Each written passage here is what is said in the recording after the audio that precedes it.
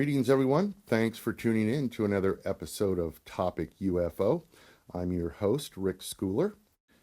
On September 19th of 1961, around 10:30 p.m. in the evening, in a rural part of New Hampshire, a couple by the name of Betty and Barney Hill were driving back home from a vacation in Niagara Falls, when something very strange happened to them. Since that date, literally hundreds of people, maybe even thousands, have researched, interviewed, written about this couple's experience. Of course, most of those people never even knew Betty and Barney Hill before that time, that's for definite. But that's not the case with our guest tonight. Tonight we welcome Miss Kathleen Marden, who is the niece of Betty Hill. Now you may remember Kathleen. She was on our show along with Denise Stoner back in May of 2013 when they came on to talk about their new book at that time, which was entitled The Alien Abduction Files, the most startling cases of human-alien contact ever reported. But tonight, Kathleen is here to speak to us specifically about the Betty and Barney Hill case. Probably one of, if not the most famous abduction cases of the 20th century. Ought to be a fascinating conversation. So don't go away. Stay where you are. We'll be right back after this very short commercial break. Got a date, Bill? Sure, don't you, Rag Mop? No. Hey, you use water on your hair, too. How come your hair looks so good? I use Vaseline hair tonic with the water. Water evaporates and dries hair out. Alcohol and cream tonics evaporate, too. Won't Vaseline hair tonic evaporate? Nope. With Vaseline hair tonic, you can use all the water you want. It replaces oil that water removes. Here's proof. This solar furnace concentrates natural sunlight. Watch what concentrated sunlight does to these hair tonics. This dish contains alcohol tonic. Look what happens to alcohol. This dish contains hair cream. Look what happens to cream tonic. But clear and clean Vaseline hair tonic hasn't evaporated away. In the bottle and on your hair, the difference is clearly there. In the bottle and on your hair, the difference is clearly there. It's clear, it's clean, it's Vaseline hair tonic for your hair. All right, welcome back, everyone. At this time, I'd like to go ahead and introduce our guest for this evening. Please give a warm round of applause for Miss Kathleen Marden. Kathleen, are you with us? Yes, I am. It's good to be with you again, Rick. I appreciate you so much coming back for a second term here on Topic UFO. How have you been doing? I know you've just. It seems like you're always doing something, and I think when I reached out to you to possibly do tonight's show, you were just coming back, I think, from a speaking engagement in New England. Is that correct?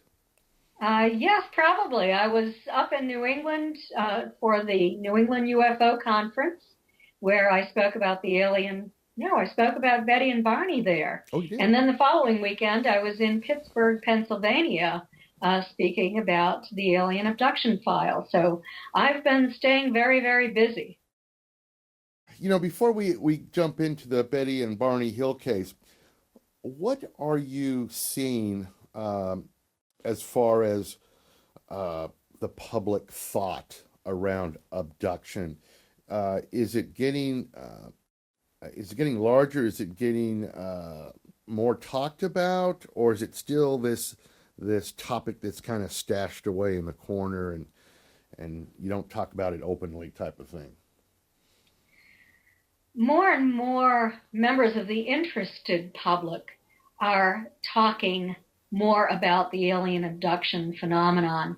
And many, many experiencers are now coming forward with their stories to admit for the first time that they have had a lifetime of alien abduction. I'm simply amazed. I thought that the number was far lower than it is. But every time I speak at a conference, numerous people come up to my table and tell me about their close encounter with a UFO, their missing time experience, their abductions that have been ongoing.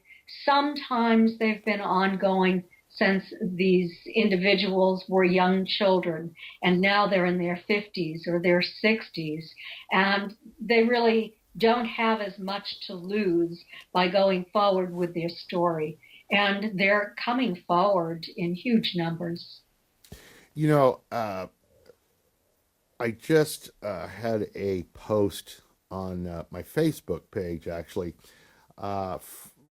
from that I guess Stephen Greer had made this statement, and it kind of went along the lines that it's starting to seem like this whole UFO ET thing has almost become, how should I say this? It's kind of cool to be involved in the UFO ET thing. It's cool to be an ET abductee, and it's starting to kind of disfigure the potential truth. And you know, the way I look at it is, you know, they've said for a long time that, you know, maybe 95% of all UFO cases can be explained. Would you say that's the same with abduction cases as well? Is there a large portion of people that report these abduction cases that are seeing or experiencing something other than abduction? Well, certainly there are other explanations for some people's reports. Some people might be having sleep hallucinations, hypnagogic, hypnopompic hallucinations in combination with sleep paralysis. Some people might be having very vivid dreams. Some people might be having out-of-body experiences. Some people might be being contacted by and really troubled by sort of negative spirits or parasitic type entities that attach themselves to human beings. There are a number of alternative explanations, but there is a core group of experiencers.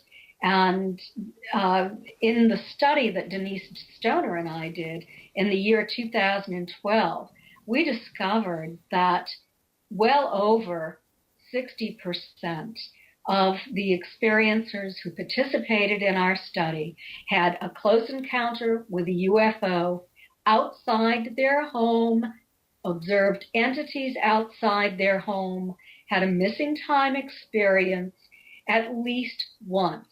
And oftentimes there were witnesses who also recalled the event. And that's an important marker in differentiating these other experiences from alien abduction.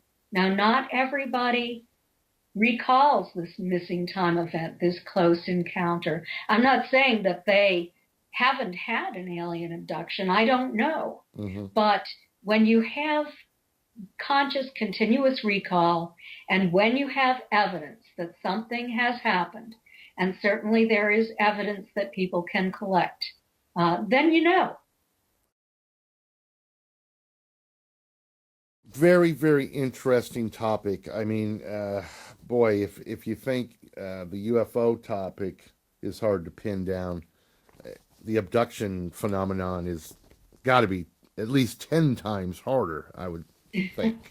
Well, it is difficult, but, you know, why do you think that all of these UFOs are here and being seen? Yeah.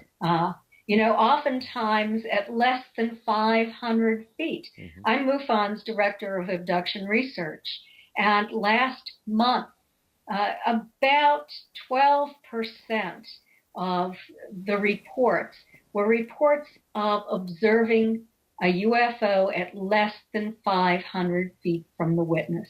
Wow. That's quite extraordinary. You can't explain that away as being anything else. No, that is a amazing number. I did not know that. Does it seem like, is the data showing, like over time, that these unidentified flying objects are coming closer and closer? Do you think, or is it still about the same as far as people that get a close-up view of these things? Well, we've always had close encounters. We've always had UFOs that hover in close proximity to a vehicle, for example. But we are fairly consistently receiving reports now of very close encounters with UFOs in 10 to 20% of the cases of close encounters, or UFOs less than a mile away. Wow. Unbelievable. Well, Kathleen, let's journey back in time a bit. Let's say, I don't know, 50 years? A little more than that, yes. Slightly, but I was going to give us the benefit of a doubt. Approximately. 1961, your aunt, Betty Hill, and her husband, Barney, were driving home through what I've always assumed were like the backwoods. It was not like a freeway. And something very strange happened. Can you give us kind of a brief overview for perhaps those out there that have never heard about this case? Can you give us a brief overview of what actually or supposedly happened that night? Certainly I will. First want to say that Betty was a social worker for the state of New Hampshire. Barney worked for the post office. Both were active in the civil rights movement. Betty had a week-long vacation from work, and Barney decided to surprise her with a long weekend vacation to Niagara Falls and then up to Montreal. And they were driving home at night because a hurricane was coming up the coast. They wanted to arrive home before it struck. And they were in northern New Hampshire when Betty spotted a new light in the sky. And what attracted her attention to it was it seemed like a falling star in a sense, but instead of falling the way a falling star does, it fell upward in the sky and stopped beside the moon and then started to grow larger and larger in the sky. And it was a bright, starry night. The moon would be full in about 5 days. And so she was just having a wonderful time enjoying the scenery. She didn't know much about UFOs. They called them flying saucers back then. She'd never read a book on the topic. Barney had his mind made up. There was no such thing. But this attracted her attention. And eventually she asked Barney to stop to get a better look at it. And got out of the car. She watched it travel across the face of the moon at that point. She got back into the car. Barney took the binoculars. And as he looked at it, it was moving away from his position. But then suddenly, it went springing right back very, very rapidly toward him and stopped approximately 1,000 feet away. It was silent, it was large. He could see the windows in it. He was concerned because he could not identify this as a conventional craft. He got back into the car and told Betty, forget about it. Oh, it's probably just a plane. He didn't want to stimulate her maybe or admit that this was something that was perplexing and unusual. They continued to drive into the Franconia Notch area of the White Mountains of New Hampshire. It was only 4 miles away from where they had stopped. And as they entered Franconia Notch, the first thing they saw was Cannon Mountain. And this was a ski area. There was an aerial tramway that went up to the top, a building at the top, and a lighted signal tower. And as the craft passed over the top of the mountain, the light blinked out. And we know today that that is probably electromagnetic interference. That's what I and many other researchers have speculated occurred at that point. They stopped again about a mile south of there at the base of the Old Man of the Mountain. And the Old Man was New Hampshire's state symbol. It has now fallen off into the lake below, unfortunately. But it was 48 feet from its forehead down to its chin. It was a granite profile. And the interesting thing about this is that the craft hovered next to the Old Man's profile, and Betty and Barney could see that it was nearly double the length of the Old Man's profile, indicating that it was probably around 80 feet in diameter. As they watched it, it started to move in a stair-step pattern, over, down, over, up, over, down, over, up, is the way that Betty described it and drew it in a letter that she wrote a few days later to Major Donald Kehoe from NICAP. So back in the car, they're heading south through Franconia Notch. Betty's watching this thing, and all of a sudden she becomes excited. They've now exited the south entrance of Franconia Notch, and that in an area where there are some motels, some cabins for tourists to stay in. This is the off season, so there is hardly anyone else out, but Betty spots someone standing in the doorway to one of these cabins at the Indian Head Resort, and thinks, well, maybe we could just stop there for the night and end all of this. But she was curious. She wanted to see what this was, so she didn't speak to Barney about it. They drove on, and she's growing increasingly excited. A mile south of there, the craft shifted ahead and stopped over the highway. And this was a major north-south route in New Hampshire at that time. And Barney had to stop the car directly in the center of the road. So the craft is up here, the car is here straddling the center line. He opens the door, he takes his binoculars, he gets out of the car, and he looks up at this craft, which is now about 100 feet above his vehicle. It looks like a gigantic pancake, and he and Betty see a row of windows encircling the front edge of this craft. They see blue-white light coming out from behind it. And as Barney is watching this craft, it then shifts position again to an adjacent field. He leaves Betty in the car, watching the road, while he walks into the field and looks up at the craft. And when he does, he sees non-human figures looking back at him. And this is not part of what was brought out through hypnosis for the first time. This is in the original report to Walter Webb, who was the NICAP investigator who interviewed them shortly after this event occurred. Barney said they were dressed in black, shiny uniforms, and they were somehow not human.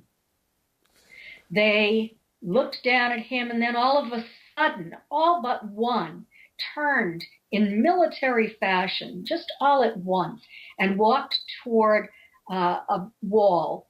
So this is the front where the window is, where the leader is standing up, and everyone is back here at this panel, and their arms go up. He can see them from their arms all the way down to their knees. And when that happens, something starts to drop out of the bottom of the craft, and two red lights start to extend out of each side of this craft. Barney becomes terrified. He thinks that they have a plan, and he thinks that plan is to capture him. He said, like a bug in a net. And he wanted to get away. He was trying to pull the binoculars down away from his eyes, but something was preventing him from doing that. And under hypnosis with Dr. Benjamin Simon, he realized that this leader at the window was communicating him, just stay there, just keep looking, stay there and keep looking.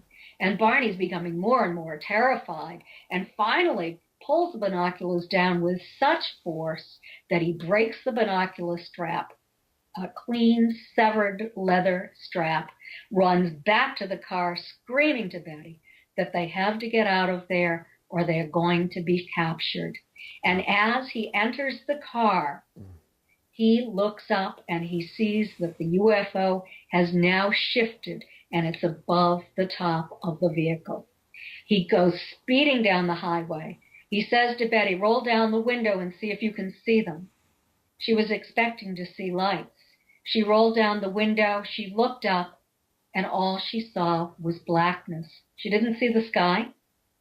She didn't see lights, only a black void. And then suddenly, the car started to vibrate, and they heard buzzing sounds, code-like buzzing sounds that seemed to be striking the trunk of their car. Bzz, bzz, bzz, bzz, bzz, bzz. And Betty thought, I wonder if that's Morse code. If only she knew Morse code. But this tingling sensation passed through Betty's and Barney's bodies too, and they started to feel numb. And the next thing they knew, they were 35 miles down the highway, and they had no memory, almost no memory on Betty's part, for what had happened in the interim. They heard a second series of these buzzing sounds, and they looked again. They didn't see the UFO. They had a vague memory of observing a fiery orb that seemed to be in the road. They had a vague memory of observing a roadblock that they had encountered. They couldn't recall where or when that occurred.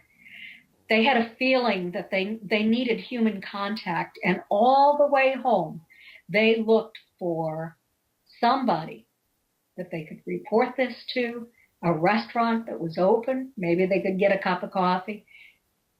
They couldn't find a restaurant that was open. They drove home to the New Hampshire seacoast. They lived in Portsmouth. And when they arrived home, dawn was streaking the sky. It was already 5 o'clock in the morning. They should have arrived home sometime between 2 and 3 a.m. There was physical evidence. There were shiny spots on the trunk of the vehicle that hadn't been there, that were magnetized. They caused a compass needle to spin and spin, but it dropped down when they placed it on other parts of the car. And this is where they heard those buzzing sounds striking, where the car had been magnetized. Oh. The tops of Barney's best dress shoes were so deeply scraped that he had to buy new shoes. The dress that Betty had been wearing was in fine shape when she put it on in the morning. When she took it off, there was a 2-inch tear in the stitching on the zipper at the back of her dress, a 1-inch tear in the thick zipper fabric. The hem was torn down on one side, and the lining of her dress was torn from waist to hemline. She hung it in her closet, knowing that it would have to be repaired. The next time she took it out, it was covered with a pink powdery substance. That pink powder has undergone laboratory analysis. The dress has undergone laboratory analysis. It was reduced to a rag by this substance, whatever it was. No one has ever been able to identify what that was or to create that effect in a laboratory. Very, very perplexing. Unbelievable. No, please, go ahead. Go ahead. Okay. The wristwatches they were wearing that night had both stopped. They didn't suspect anything at first, and they just rewound them. They never worked again. More than a coincidence, in my opinion. I would have to agree. But Kathleen, what I'm sure made this so much harder for Betty and Barney is that they were like the first ones, right? I mean, they couldn't Absolutely. say, oh, this is what happened to Joe Smo last year. There were no Joe Smos that happened last year. That is absolutely correct. They were the first abduction experiencers. Of course, in the 50s, there were the contactees who had reports of friendly interpersonal relations with extraterrestrials who were just very nice people, and they had nothing but good things to say about them. But this was an alien abduction. Two people being taken by non-human entities against their will at night in a desolate area. Now, I remember you and I were talking once, and you had mentioned that I'm not sure if it was the day after this happened or a few days after this has happened, but Betty had called your mother, Betty's sister, Betty had called your mother, and you were in the house when that call came in. When did that call happen? That was on the day that Betty and Barney arrived home from their trip. It was September 20th, So 1961. They arrived home, they undressed, they slept for a few hours. They woke up, and Betty called my childhood home. I was home from school at that time, and she spoke to my mother and told my mother what had happened. And within a couple of days, my mother, father, my two brothers, and I drove down to Betty's and Barney's house. It was about 20 miles from my childhood home. And then we saw the evidence, and Betty spoke to us about what happened, and Barney sat on the couch in the living room talking in a very low voice to my father. And my father recently told me, this was during my investigation of the case, that Barney was very clear about what he observed, and that he stated he saw non-human entities looking back at him as that craft hovered very close to him overhead. What was the if you can remember, what was the reaction of your mother and father? Were they skeptical? Did they, what did they think? There was no reason to be skeptical. Betty and Barney were honest, upstanding members of the community. They weren't people who would make something like this up. In fact, their primary interest was in politics and the civil rights movement and that sort of thing. So we had to believe it. My parents were as curious about it as Betty and Barney were. And I mean, did your parents tell you, as a little girl, did they tell you this is something that you probably shouldn't talk to your little friends about, or you shouldn't tell your teachers, or how did they leave it with you? Do you remember? My parents told me that Betty and Barney did not want anyone outside the family to know about this, that it was something that we could talk about to the family, but that this was going to remain a secret. Then I did find out that Betty and Barney did want to talk to scientists about this, people who might be able to explain more about it to them. And, I know there's just so much more to this story post abduction, but now you eventually wrote a book about this, right? About this case. Yes, I did. And this is the book, Captured, the Betty and Barney Hill UFO Experience. Stanton Friedman helped me with that book. He wrote a couple of chapters as well and vetted my work. In fact, we now have a contract for a major motion picture on the book, so I'm very pleased with that. Wow, congratulations. Oh, that's Thanks. awesome. That is awesome. I don't go to the movies much, but I will go if that thing gets produced. So And I did want to show you a photograph of Betty and Barney that I have here. yes. Their story was brought to the public in 1965 as the result of a violation of confidentiality. And this photograph was taken of them holding the newspaper right after that violation. And you can see that neither of them were very happy on that day as they were holding that newspaper. Now, what kind of violation are you talking about? What happened?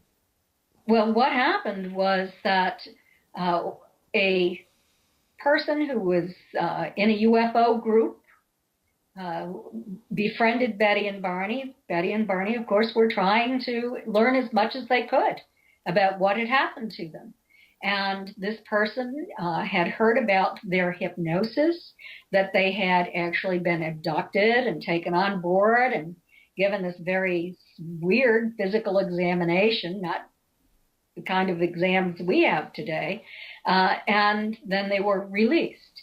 And this person took this story to a newspaper reporter. And I believe, I can't say for certain who this is, but I have pretty good evidence of who it is.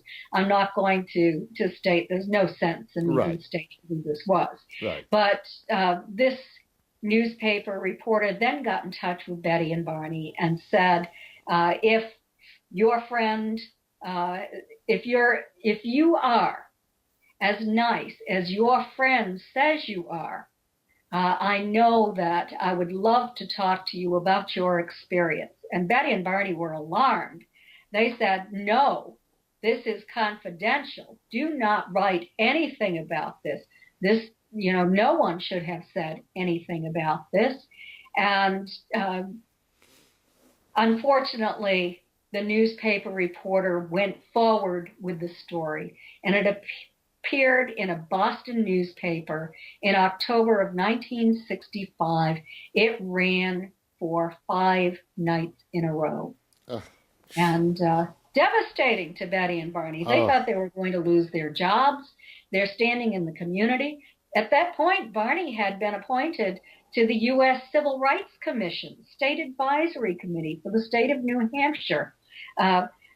We were invited to Lyndon Johnson's inauguration for the work that Betty and Barney had done politically in the state of New Hampshire. They were doing very good things. And to all of a sudden have this story break was so disruptive and disheartening and really fearful in a sense. What will happen next? And we met as a family and had to make a decision about what to do next as a family. And we all agreed that Betty and Barney should go forward and tell their story because it had already been revealed, but the story that had been told wasn't entirely accurate. Yeah, they might as well control the situation rather than let somebody else control it now that it's out, right? Yes, that's true. And, then John Fuller, author, got involved. He wrote The Incident at Exeter and was in New Hampshire at that time researching that book. He met with Betty and Barney and submitted a proposal to them. And eventually the first book, The Interrupted Journey, was written. And that contained mostly transcripts of their hypnosis sessions with Dr. Benjamin Simon. Wow. Well, I tell you, it is just probably, I don't know of any more fascinating abduction case than the Betty and Barney Hill case. It's just, I mean, when you think about what you would do if you were in that situation, it's a little spine tingling just to even think about. It would be sheer panic. Yeah, You don't know if you're going to be returned. You don't know what these creatures are going to do with you. Are you going to exactly. become a laboratory specimen? Are you going to be killed? Are you going to be carried off to a distant planet? I No, can imagine what went through Betty's and Barney's minds. you had mentioned at one point, uh, I believe Barney saw a red orb. I think you said it dropped out of the bottom of the craft. Is that correct?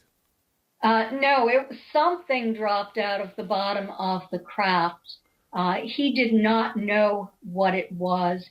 He became alarmed that they wanted to capture him at that point. So where did now the red orb? You spoke The about fiery orb was part of their memory. They remembered seeing that in the road, and they realized that it was moving, but they were not moving when they saw it. What that was most likely was the craft that came down on the dirt road where they ended up, and this craft was probably dropping off the ETs, and then it took off. I have Barney's drawing that he did under hypnosis, and that's why I've constructed this the way I have. It took off and it circled around and landed in a sandy area. The ETs then took Betty and Barney from the car, down a path through the woods, and onto that landed craft. So we hear so much about these orbs lately.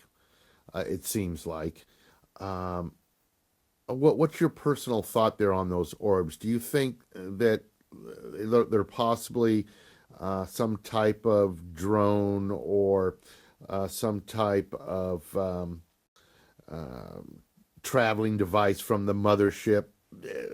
What are your thoughts? You have any thoughts on those orbs?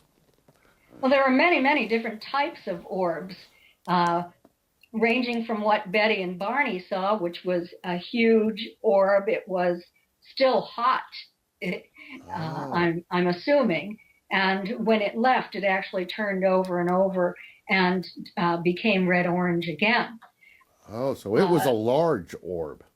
Oh, yes. And I have a photograph of another orb that Betty took one night when she was out looking for UFOs. And, it looks very much like what she saw or what she described that night, only it was in the sky.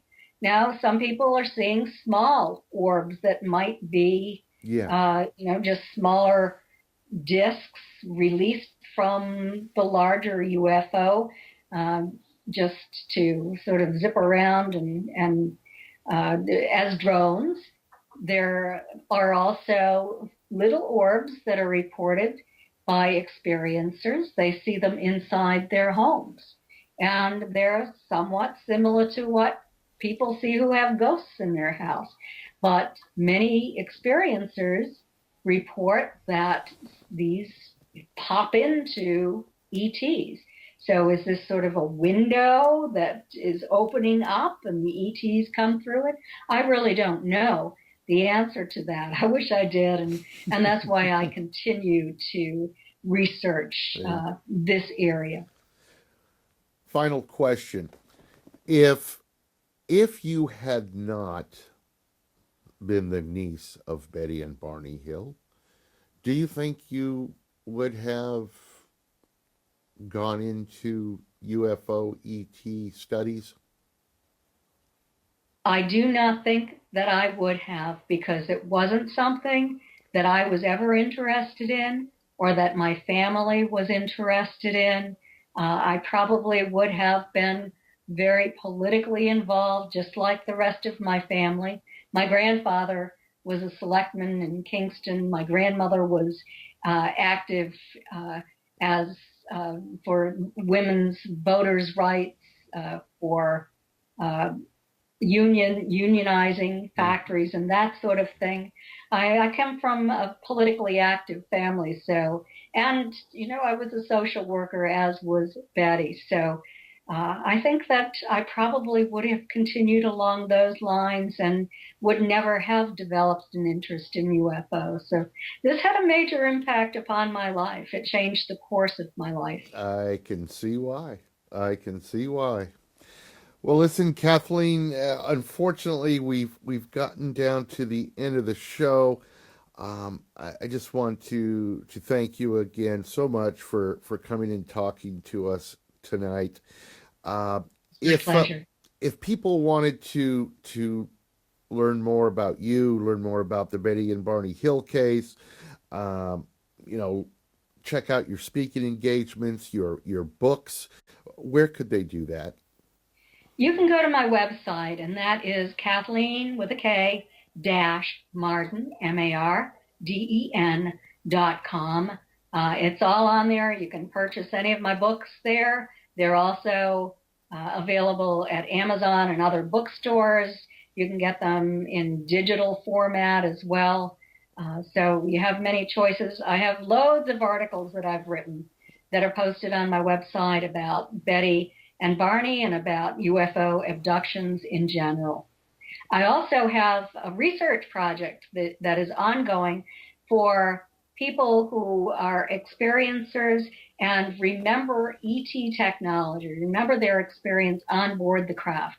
So I would appreciate it if any of your listeners do have these memories, if they would go onto my website and take that questionnaire and send the results to me, please. Oh, okay. Very good. Very good. Well, listen, it's been a pleasure. Like I said, I can't wait to hear more about this movie thing. When do you think we're going to hear more about that? I can't wait either. I don't know. These things generally take several years. Yes, they do. To come to fruition, and there's a lot of writing and talking and finding financing and going back and forth. There's a lot that goes into it. So yep. We have the contract. We're hoping that someday it becomes a movie. Excellent. Well, I'll keep our fingers crossed with that. So, Thank Kathleen, it's been a very, very interesting conversation. I knew it would be. Of course, you're always welcome to come back and give us an update on what you're doing, and I hope you will. So, certainly. Until next time, I bid you a fond farewell, and we will stay in touch. Thank you, Rick. All right. Good night, Kathleen.